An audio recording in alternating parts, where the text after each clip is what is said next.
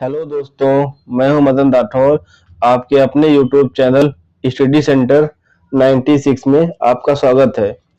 तो daily current affairs का यह हमारा एपिसोड नंबर 41 है, जिसमें हम बात करेंगे 10 महत्वपूर्ण करंट अफेयर्स के प्रश्नों पर।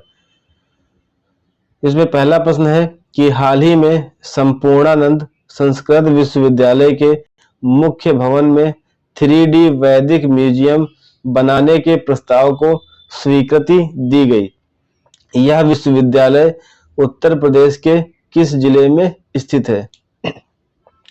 तो आपको बता दें कि जो ये संपूर्णानंद संस्कृत विश्वविद्यालय है, यह वाराणसी में स्थित है। तो हमारा सही उत्तर हो जाएगा ऑप्शन ए, वाराणसी। जो इसके अन्य विकल्प हैं, इनको देख लेते हैं। जो अयोध्या है, अयोध्या यूपी की पहली सोलर सिटी बनी है। और जो ये गाजियाबाद है, गाजियाबाद में भारत का पहला AI मतलब आर्टिफिशियल इंटेलिजेंस, जिसको हिंदी में बोलते हैं कृत्रिम बुद्धिमत्ता, तो AI आधारित आंगनवाड़ी केंद्र बनाया गया है, जो भारत का पहला है आंगनवाड़ी केंद्र। और जो ये प्रयागराज है, प्रयागराज में अभी हाल ही में यूपी का पहला ट्रैफिक पार्क बनाया गया है। यूपी का पहला ट्रैफिक पार्क बनाया गया है। तो हमें इतनी बातें ध्यान में रखनी है। और जो ये क्वेश्चन है, ये अभी हाल ही में पुलिस के एग्जाम में पूछा गया था। बात करते हैं अगले प्रश्न पर। हाल ही में किस पाकिस्तानी को भारतीय नागरिकता दी गई है? तो आपको बता दें कि अभी हाल ही में ये जो जोसेफ फ्रांसिस ए परेरा हैं, ये पाकिस्तान के ईसाई हैं। ये पाकिस्तान के ईसाई हैं और ये फिलहाल गोवा में रह रहे थे। और इन्हें जो नागरिकता दी गई है, भारतीय नागरिकता, वह CAA के तहत दी गई है। भारत की जो नागरिकता दी गई है, वह CAA एक्ट के तहत दी गई है। आपको बता दें कि जो ये जोसेफ फ्रांसिस ए परेरा हैं, ये CAA के तहत भारतीय नागरिकता प्राप्त करने वाले पहले गोवा वासी बन गए हैं। इतनी बातें हमें ध्यान में रखनी है। तो हमारा सही उत्तर हो जाएगा ऑप्शन सी, जोसेफ फ्रांसिस ए परेरा। जो इसके अन्य विकल्प हैं, इनको देख लेते हैं। जो क्रिस्टालिना जॉर्जीवा हैं, ये अभी हाल ही में IMF इंटरनेशनल मॉनेटरी फंड अंतरराष्ट्रीय मुद्रा कोष के नए MD बने हैं। यह इनका दूसरा कार्यकाल है। और जो पीटर पेलेग्रिनी है, ये हाल ही में स्लोवाकिया एक देश है जहां के नए राष्ट्र अध्यक्ष बने हैं। और जो तमास सुल्योक हैं, ये हंगरी के नए राष्ट्र अध्यक्ष बने हैं। अब बात करते हैं अगले प्रश्न पर। हाल ही में फॉर वीजा फॉर हॉर्न को रेमन मैग्सेसे पुरस्कार 2024 प्रदान किया गया। इनका संबंध किस देश से है? तो आपको बता दें कि जो ये रेमन मैग्सेसे पुरस्कार है, यह एशिया का सर्वोच्च पुरस्कार है। यह एशिया का सर्वोच्च पुरस्कार है।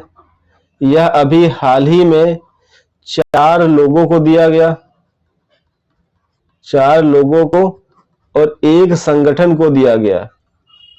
जो संगठन है, उस संगठन का नाम है rural doctors movement. Rural doctors movement. और यह जो संगठन है जिसे रैमन मैग्सेसे पुरस्कार दिया गया है, तो यह संगठन थाईलैंड का एक संगठन है। थाईलैंड का एक संगठन है। और जो 4 लोग हैं, उन 4 लोगों में एक तो हो गई हमारी ये फारविजा फारहान। फारविजा फारहान। जो अन्य हैं जिन्हें रैमन मैग्सेसे पुरस्कार 2024 से सम्मानित किया गया है, उनमें एक शामिल है हायायो मियाजाकी। हायायो मियाजाकी। और अन्य है कर्मा फुंतसो। कर्मा फुंतसो। और जो एक और है जिनका नाम है फू ओंग। फू ओंग।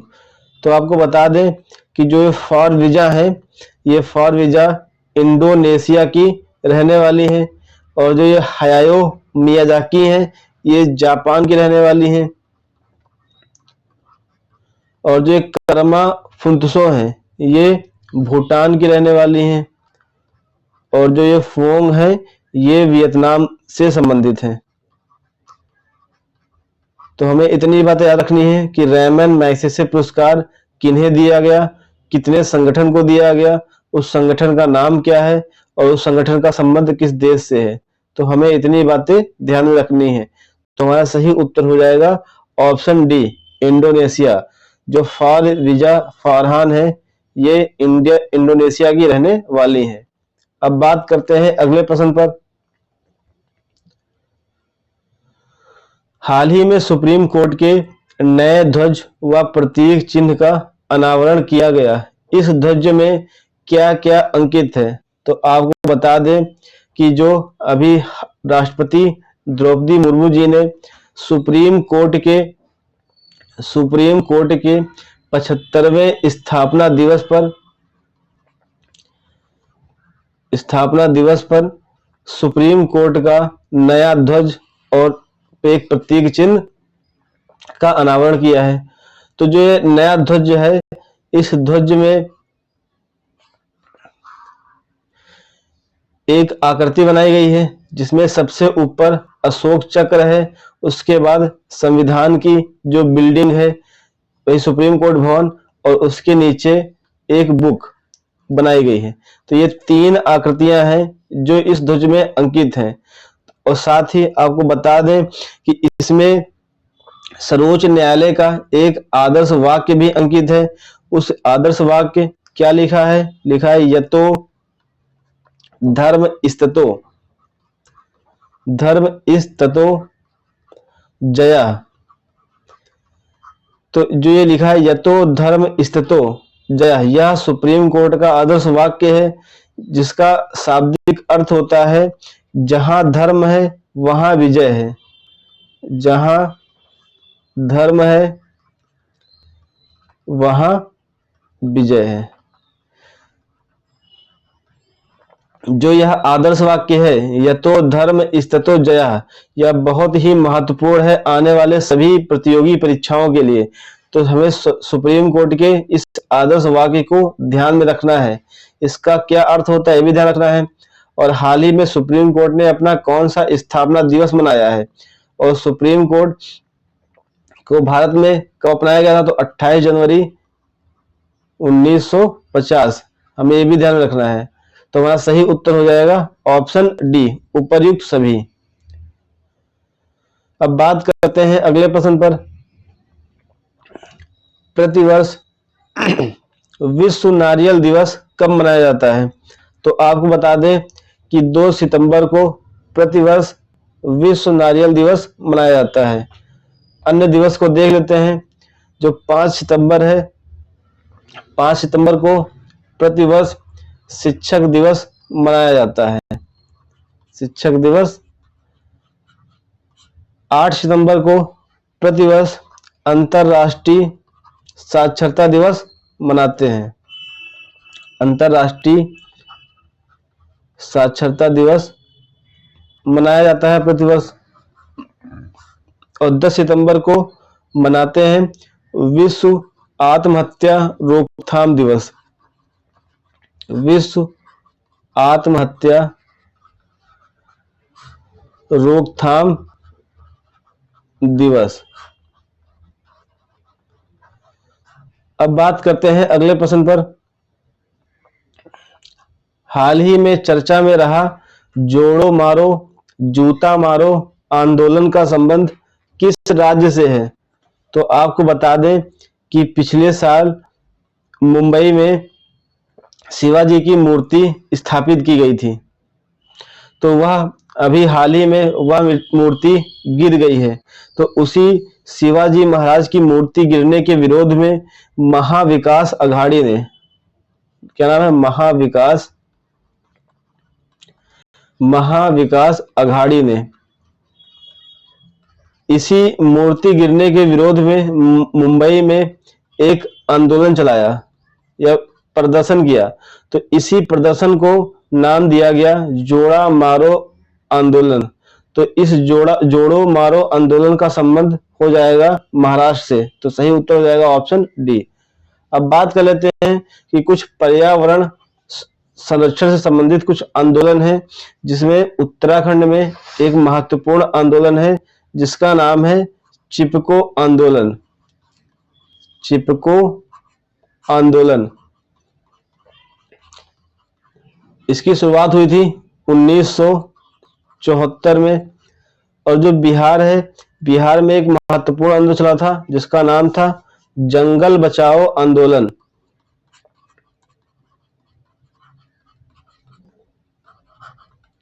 और कर्नाटक का एक महत्वपूर्ण आंदोलन है जिसका नाम है अप्पिको आंदोलन।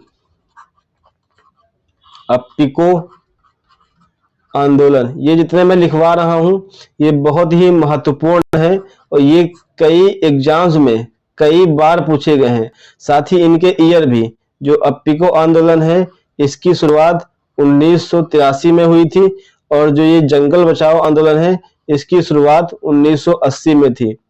इनका संबंध किस राज्य से है, इनकी शुरुआत किस वर्ष में हुई थी, तो ये सभी बातें ध्यान रखना है। और जो जोड़ो मारो आंदोलन है ये करंट का है, तो ये भी बहुत महत्वपूर्ण है। इसका संबंध महाराष्ट्र से है और इसको शुरुआत किसने की है? महाविकास अघाड़ी ने। कहाँ की है? मुंबई में की है। बात करते हैं अगले प्रश्न पर। हाल ही में किस राज्य को सोया प्रदेश का ताज पहनाया गया है? तो आपको बता दें कि अभी हाल ही में जो डेटा जारी किया गया है तो वो सोयाबीन के उत्पादन में मध्य प्रदेश को शीर्ष स्थान प्रदान किया गया है। इसके बाद महाराष्ट्र को स्थान दिया गया है और इसके बाद राजस्थान को। तो आपको बता दें कि मध्य प्रदेश देश में शीर्ष सोयाबीन उत्पादक होने के कारण इसे सोया प्रदेश का ताज पहनाया गया है। तो मध्य प्रदेश को सोया प्रदेश कहा गया है। तो हमारा सही उत्तर हो जाएगा ऑप्शन ए, मध्य प्रदेश। जो इसके अन्य विकल्प हैं तो महाराष्ट्र को दूसरा स्थान प्रदान किया गया है और राजस्थान को तीसरा स्थान प्रदान किया गया है। तो हमें इतनी बातें ध्यान रखनी है। अब बात करते हैं अगले प्रश्न पर।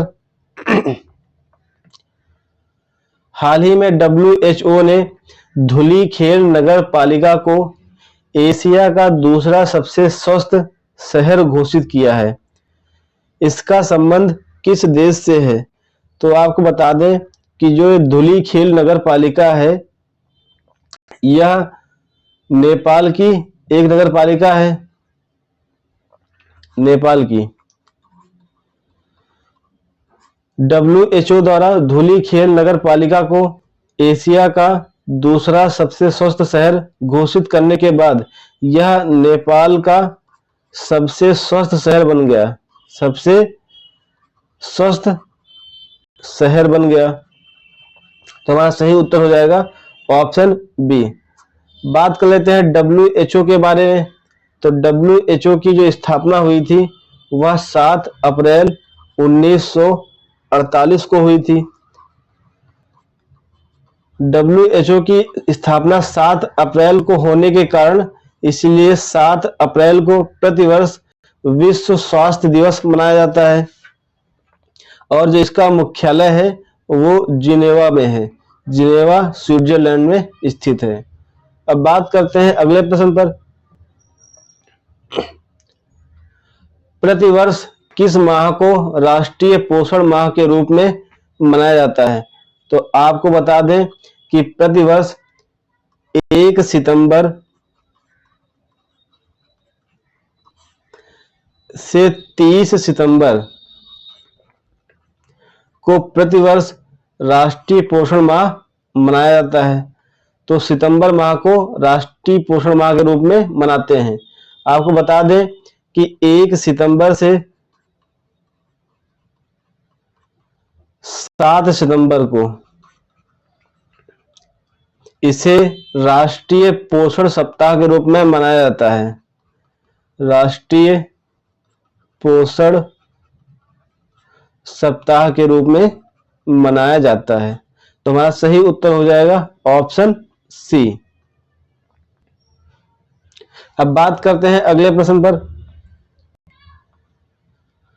हाल ही में मंगला मुदलू नीट परीक्षा पास करने वाला बोंडा जनजातीय समुदाय का पहला सदस्य बन गया है। इसका संबंध किस राज्य से है? तो आपको बता दें कि जो मंगला मुदली है, मंगला मुदली, यह उड़ीसा के मलकानगिरी जिले का रहने वाला है। उड़ीसा के मलकानगिरी जिले का एक छात्र है जिसने हाल ही में नीट परीक्षा को पास किया है। और यह जो मंगला मुदली है यह बोंडा जनजाति समुदाय का पहला सदस्य है जिसने नीट परीक्षा को पास किया है और डॉक्टर बनने को तत्पर है। तो हमारा सही उत्तर हो जाएगा ऑप्शन डी। जो मंगला मुदली है इसका संबंध उड़ीसा राज्य से है। जो उड़ीसा का दक्षिण पूर्वी क्षेत्र है वहां पर बोंडा जनजाति समूह के लोग रहते हैं, यह उनका मूल निवास है।